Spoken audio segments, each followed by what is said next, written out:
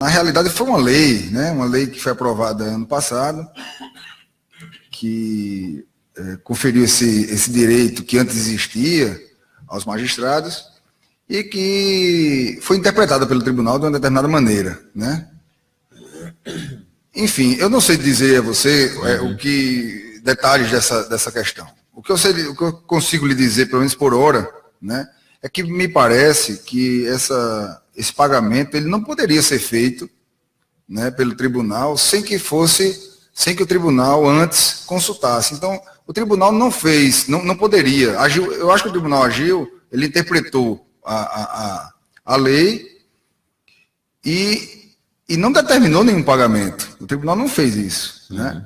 O tribunal, ele simplesmente regulamentou a lei da forma como entendia que deveria regulamentar, e em seguida, se fosse um dia o caso de determinar algum pagamento, ele teria que provocar o CNJ, o Conselho Nacional de Justiça, como tem uma resolução desde o ano passado, que obriga que se faça assim, para que o CNJ autorizasse ele a assim proceder. Então, assim, eu não entendi bem, eu fiquei até assim, em Caicó, né, isolado, mas assim, vendo que pessoas falando de provocar o CNJ para questionar isso, quando na verdade o próprio tribunal tem que fazer isso, se um dia pretender pagar alguma coisa retroativa, deve procurar o Conselho Nacional de Justiça para fazer a regra. Quer dizer que, se isso for acontecer, o TJ ele tem que fazer isso, ele tem que procurar o CNJ, o Conselho Nacional de Justiça. Há um provimento da Corregedoria Nacional que diz isso. Um provimento que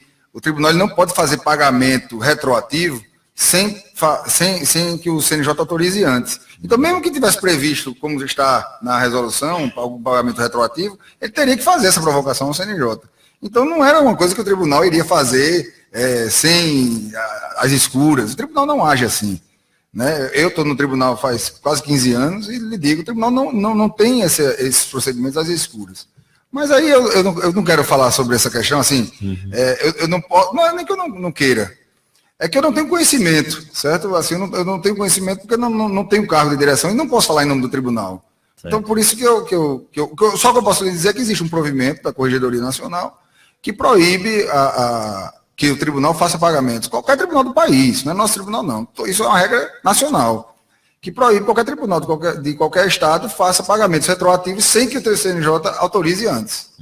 Doutor Luiz Cândido, deixa eu perguntar ao senhor também sobre outra questão, que é a produtividade, né, das comarcas, do Tribunal de Justiça, né? Há quem diga que a produtividade é baixa, que a produtividade é pouca e tal, se comparado inclusive com outros tribunais de outros estados aqui no Brasil. Existe realmente isso? Existe essa baixa produtividade aqui? Veja, Sidney, essa questão, eu estava ontem, né, assistindo a TV e me deparei com essa notícia. Né? Essa notícia, realmente me surpreendeu pelo seguinte. Novamente eu lhe ratifico aqui, eu não falo em nome do tribunal, não falo em nome da Associação dos Magistrados, acho que nós temos bons representantes para fazer isso. A questão é que em fevereiro desse ano, a Tribuna do Norte publicou uma reportagem em que dizia, inclusive com números atualizados, que o Tribunal de Justiça do Rio Grande do Norte era o tribunal mais produtivo do Brasil. Veja bem, em fevereiro de 2018, esse ano, a Tribuna do Norte noticiou que o Tribunal de Justiça era o mais produtivo do Brasil. Né? Nós tínhamos a maior produtividade. Tomei conhecimento disso pela notícia da imprensa. Existem números realmente que dão conta de 360 mil processos julgados, mais de 360 mil processos julgados no ano passado. São números que eu realmente não tive acesso, não tenho condições de esmiuçar e dizer precisamente qual é o valor, esse número exato. E aí, ontem no RNTV, foi dito que o Tribunal de Justiça do Rio Grande do Norte estava era o pior, né? Era o pior de produtividade do Brasil entre os tribunais pequenos. E eu fiquei, assim, a Tribuna do Norte ela faz parte do mesmo grupo de comunicação do RNTV, né, da NTTV Cabugi. Então, assim, eu não entendi bem a questão. E depois eu revi a reportagem e percebi que na realidade, o RNTV trazia dados de 2016, certo? E aí, esses dados de 2016, realmente, eles estão corretos, né? O ano de 2016, aqueles números apresentados pela Tribuna, pelo RNTV, estão corretos, mas se refere ao ano de 2016, que tem ano base 2015, certo? São dados colhidos em 2015 e apresentados ao público em 2016, pelo Conselho Nacional. Então, todos os tribunais do país se submetem a esse raio-x. Então, há de se destacar, e isso eu estava, sabe, Sidney, eu achei legal vir aqui hoje e falar abertamente para Caicó, né, para o povo de Caicó, para o jurisdicionado de Caicó, que, assim, é preciso que se veja que de 2015 até 2018, né, esses 3 anos, foram 3 anos fundamentais em termos de gestão para o Tribunal de Justiça. Mesmo eu não estando autorizado a falar em nome do tribunal, mas como juiz, eu sei o que me chega de bom, certo? Eu sei o que me chega para facilitar o meu trabalho, para permitir que eu faça um trabalho melhor. Eu sei que o nosso trabalho tem muito que melhorar, né? A gente não é uma instituição perfeita, não existe isso. Nós estamos ainda num processo de progresso, né? Nós estamos num processo de desenvolvimento. Agora, que uma coisa é certa, em 2015 para cá, nós tivemos mudanças significativas. Vou lhe dar só alguns pontos, pontuar algumas coisas. Por exemplo, nós tivemos contratação de servidores assistentes, certo, para o juiz. Isso dá um aumento exponencial de produtividade. Segundo lugar, e principalmente isso, nós tínhamos em 2015, 2016, mais de 50 comarcas vagas no Estado. 50 comarcas sem juiz. O tribunal organizou e fez o concurso de juiz e empossou mais de 40 juízes. Certo? Então, veja bem, 40 juízes é um impacto muito forte. Certo? Então, esses atos de gestão do tribunal, fora investimento no setor de informática, aumento de velocidade de link, tudo isso representa e tem impacto na produtividade. Então, nós saímos de uma posição ruim em 2015, que foram esses números mostrados no RNTV, para um número confortabilíssimo, que foi noticiado pela Tribuna do Norte, agora em fevereiro. Né? Nós passamos a ser o mais produtivo, acredito. Eu tô noticiando o que foi noticiado pela Tribuna. Sim. Certo? Foi dito em fevereiro, na Tribuna, que o tribunal era o mais produtivo. Inclusive tem vários números lá, que eu não peguei no esmiucei, mas está lá na Tribuna do Norte, está no site da Tribuna do Norte. Então, nós saímos desse quadro de 2016, mostrado pela Tribuna do Norte, como o último colocado do ranking de pequenos tribunais, para o melhor, né, em 2018, né, 2017. Agora, uma coisa importante que se diga é o seguinte, houve uma comparação na Tribuna, isso me chamou muita atenção, e eu queria só destacar aqui rapidamente, para não cansar o ouvinte, nem a você.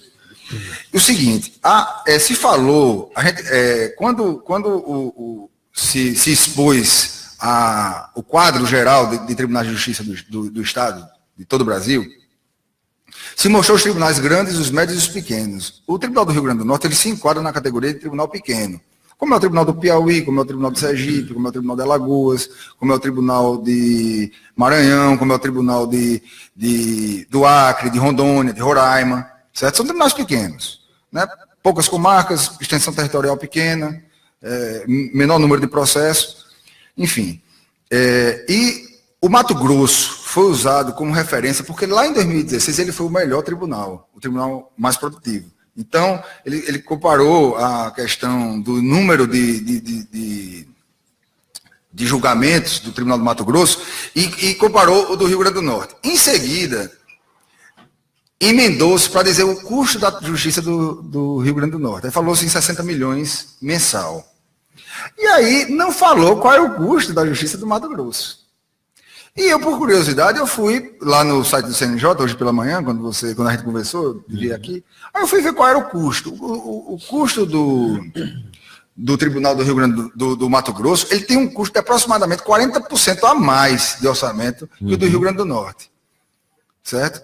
Então, vejam bem, a produtividade, ela decorre de duas coisas principais, gestão e orçamento. Se você não tiver um bom orçamento e tiver uma boa gestão, dificilmente você chega em algum canto. Chega, vai fazer algo. Com boa gestão você faz algo. Mas sem orçamento fica muito difícil. E orçamento também sem gestão fica complicado. Então, o que há é uma conjugação disso. Certo? O Rio Grande do Norte, apesar de ser um estado pobre, né, onde nós temos aí uma série de dificuldades, até para a gente descobrir qual seria o valor exato do duodécimo de um tribunal como o nosso, porque há uma dificuldade até de saber a receita corrente líquida, que é o valor de um determinado valor que o Estado arrecada para que se faça a distribuição entre poderes. Enfim, é uma questão contábil, técnica, mas importante. Não há essa informação adequada, né, no sistema, mas o tribunal recebe o valor do duodécimo dele e está gerindo esse valor. Nós saímos, por exemplo, aí eu aproveitei para ver números. Em 2008, o Tribunal de Justiça do Rio Grande do Norte chegou perto de 91 mil sentenças proferidas no primeiro grau. Em 2017, menos de 10 anos depois, nós passamos os 300 mil, entendeu? Então, veja só, quase 3 ou 4 vezes mais. Um aumento considerável. Considerável. Então, nós temos aí uma comprovação numérica, por dados estatísticos, que nós estamos melhorando. Agora, que falta muito a melhorar, isso aí eu repito, é de se reconhecer isso. Nós temos muito que melhorar. O Brasil inteiro tem que melhorar. Sim. Entendeu? Todos os poderes, todos os serviços públicos, tudo. Não há nada no Brasil. Nenhum serviço público no Brasil hoje que não possa melhorar. Está tudo precisando melhorar. Mas nós estamos lutando, o Poder Judiciário luta para oferecer cada vez melhor o serviço que se dá à população. Nós somos sensíveis, os juízes são sensíveis a essa questão. Podem confiar no que eu estou dizendo.